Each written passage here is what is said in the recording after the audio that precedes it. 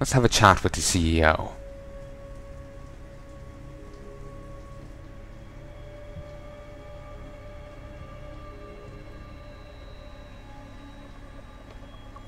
Nice place you got here. Please! I didn't mean to! Where's Megan Reed? Reed? I don't know! Stop lying, Zhao. I know you kidnapped her and her team. I know you're out to destroy Seraph Industries. Seraph? I also know you're working with that son of a bitch who left me to die. So where's Megan? No, you got it wrong. You think I'm behind it all, but I'm not. I'm just like you. The hired help. You're the head of a billion-dollar mega corporation. And you think that will protect me. But it doesn't. These men, they're bigger than Seraph, bigger than Tayo. I'm nothing compared to their ambitions. What are you talking about? Seraph knows. Ask him. He thought he could protect his staff with subdermal GPLs. But these men, they control global interests at a whim.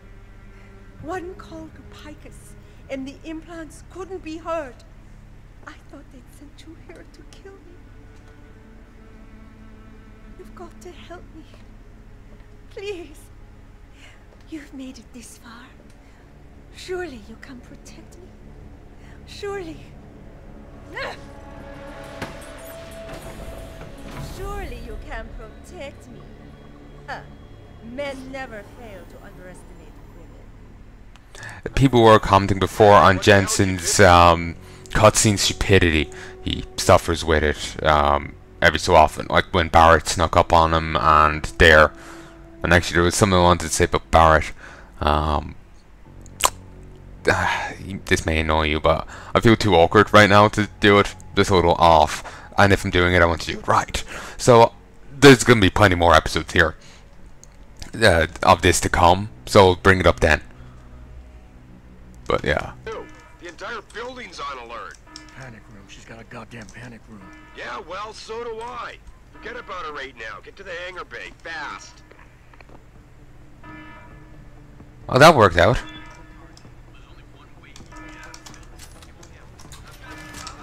No, it didn't.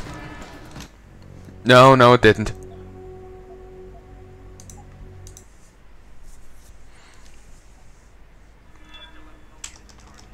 What was that? Like, just some flew from the left to the right. You can, if you wait, you can actually go, instead of setting off a mine there, you can actually, rush down, climb to that vent I was pointing out to you up on the high ground, and huck a grenade out at them, and use that to take them out. Works pretty well.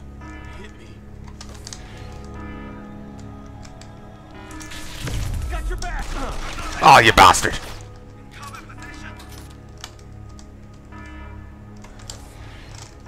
Okay. Christ. Set this. Chug this.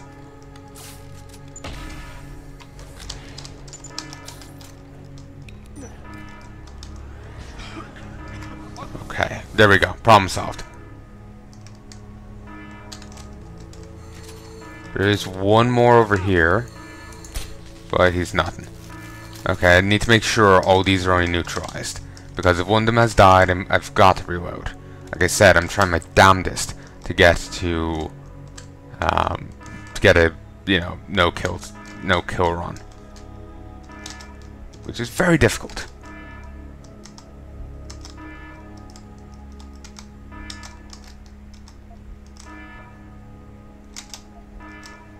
But I just hope in the new game they don't have any of this cutscene stupidity going on, because that's just kind of irritating. I suppose you could argue maybe Jensen's just getting, like he really cares about Megan and he's pissed off over things. Maybe he's thinking without, he's acting without thinking, so he slips out over. But to be honest, I'm surprised, you know. Still haven't located the target. What? One way he can get out of the building. He won't get far, that's for sure. He's got a nice surprise waiting for him there. Well done. Who the fuck is saying that?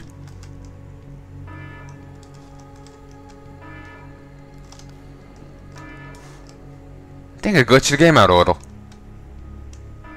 Say la vie.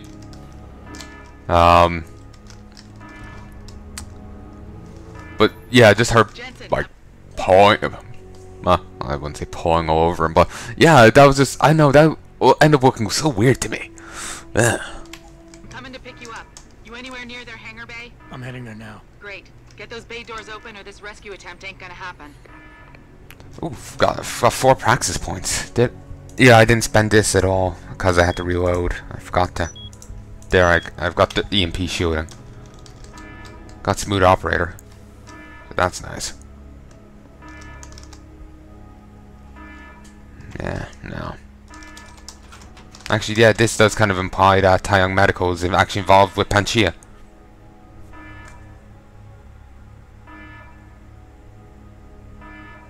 Or, actually, no, it doesn't. It's just saying that she's just talking about it.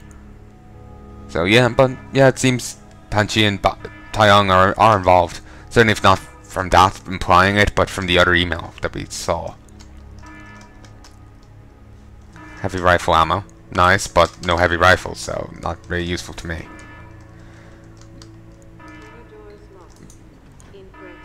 Remember that email we read earlier about the box guards?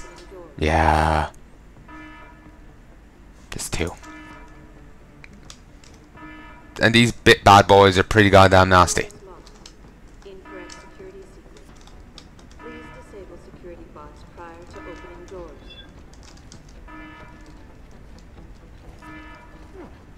Damn it, didn't hook it far enough.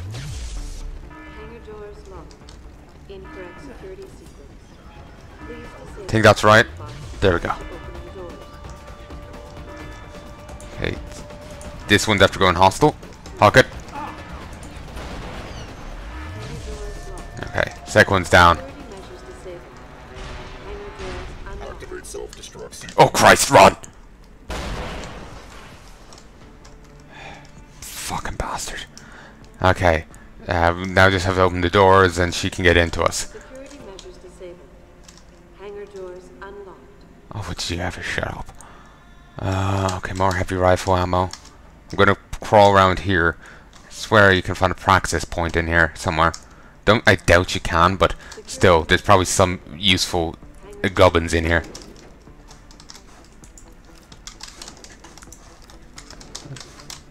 Especially with all these boxes, they must be hiding something. Well, technically they don't got it, but I'm hoping here. Okay. Bad grab, bad grab. There's that. There's this. Oh yeah, I was talking about in an earlier video. Keep in mind that by the time this is released, hopefully this will be fixed and whatnot. But as I was saying before about there's a new YouTube policy brought in. I think I said this at least. Maybe I just told about saying it. But like if you have swearing in your videos and whatnot, you can't avail of monetization. I'm actually I've yet to watch some fan video on it. I've been meaning to, just haven't got the chance. But yeah, there's like if you're swearing in it, if you've touched sensitive topics, if there's violence, like basically most Let's Players probably won't be able to make money off it from what I'm hearing.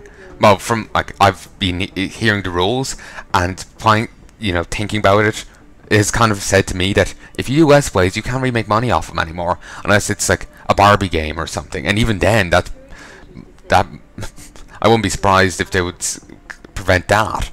I'm thinking Barbie the Explorer. She can die in that game, so no, that's too sensitive. I'm taking the piss here mostly, but yeah. Hopefully that'll be fixed by the time this comes out, but as that's just stupid going on. Like I said, I didn't look into this and all that, so maybe I'm wrong or exaggerating, but I unintentionally exaggerating. But yeah, you may want to look into that if you're interested. Or like, for example, check out Sound Fan's video on it.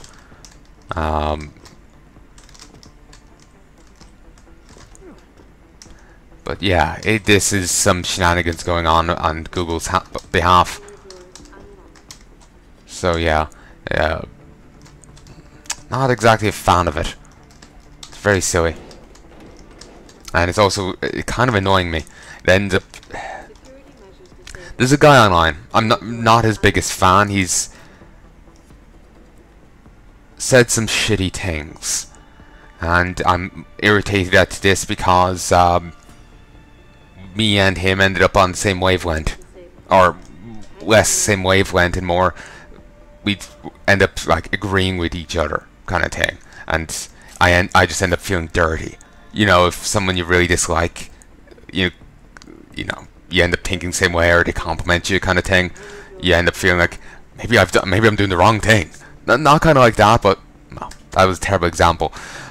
But just like I really dislike the guy, so us agreeing on the same issue makes me hate Google more for what they've done. Firstly, for what they've done, and secondly, because I end up agreeing with the guy.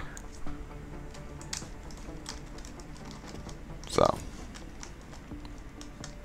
certainly, it's if the guy's right, the guy's right. That's just how much I dislike the guy.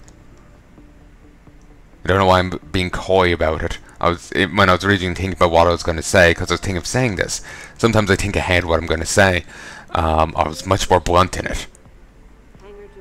It was Jim Sterling, and I've seen a tweet floating around, an archived version of it, of him asserting that men rape, and that's different than saying some men are rapists or some rapists are men. It's the equivalent of saying all men are rapists, and I don't know about you guys, but I don't enjoy being called a rapist. So yeah, as you can kind of see why I dislike the guy. If you want to see that archive for yourself, you're going to have to look into it yourself, because it's very difficult to actually find it. There's an image floating around online, and it has the archive link in it.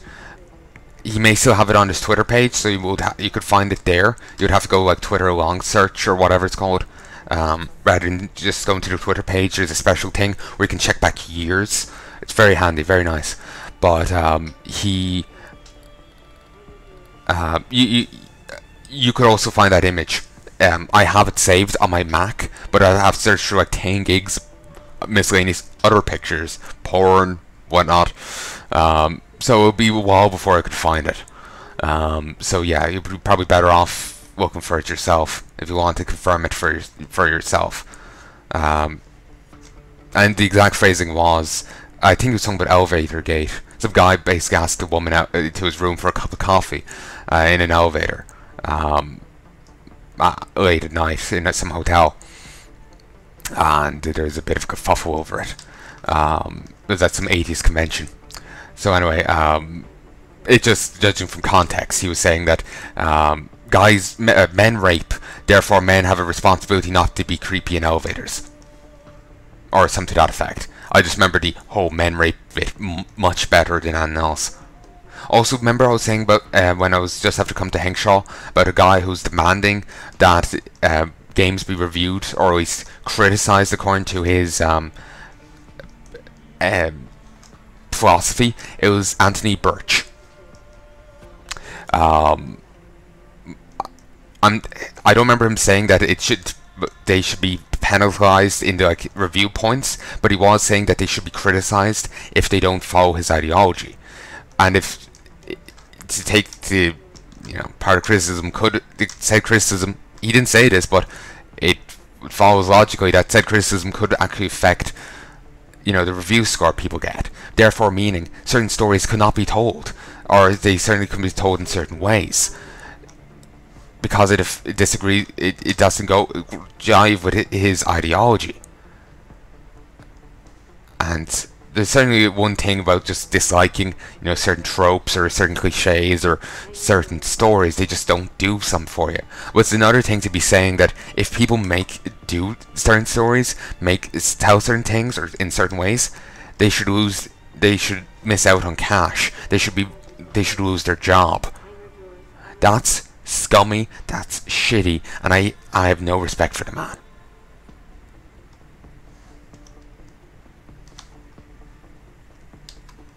Right fuckhead. And that goes for Jim Sterling too.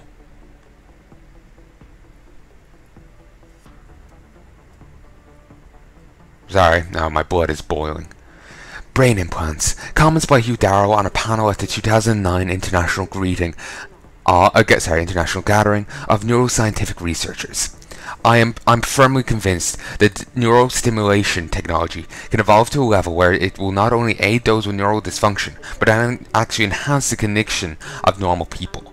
This mechanism, a network of platinum iridium electrodes connected to a subcutaneously implanted pulse generator in either a titanium or G-loop coated capsule, was previously used to suppress the effects of Parkinson's disease, dystonia, and other neurological conditions. For example, in the case of non-Parkinsonian essential tremor, the electrodes embedded in the ventral intermedial nucleus or telemetris. I can't say these words, they're medical terms, and possibly made up.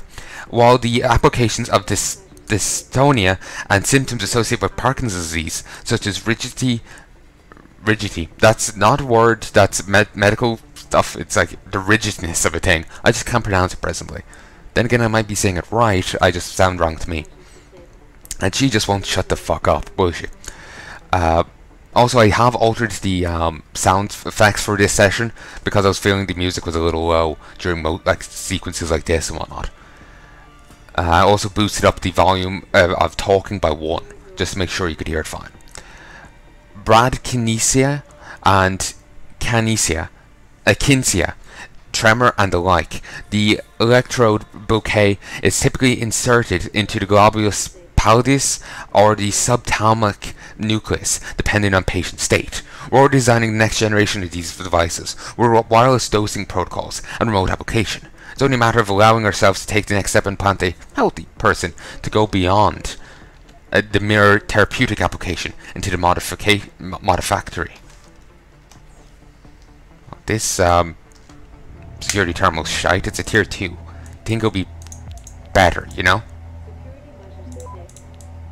Considering they have access to 2 box guards there. Imagine if there's security guards here and someone got access to the box guards. Those security guards will be toast. I have plenty of time to gain actual access to all this. Maybe it's because I got spam. I got the spam thing over here, but I have like over 30 seconds. Plenty of time. Oh, old cameras went offline and doors automatically off. Alright.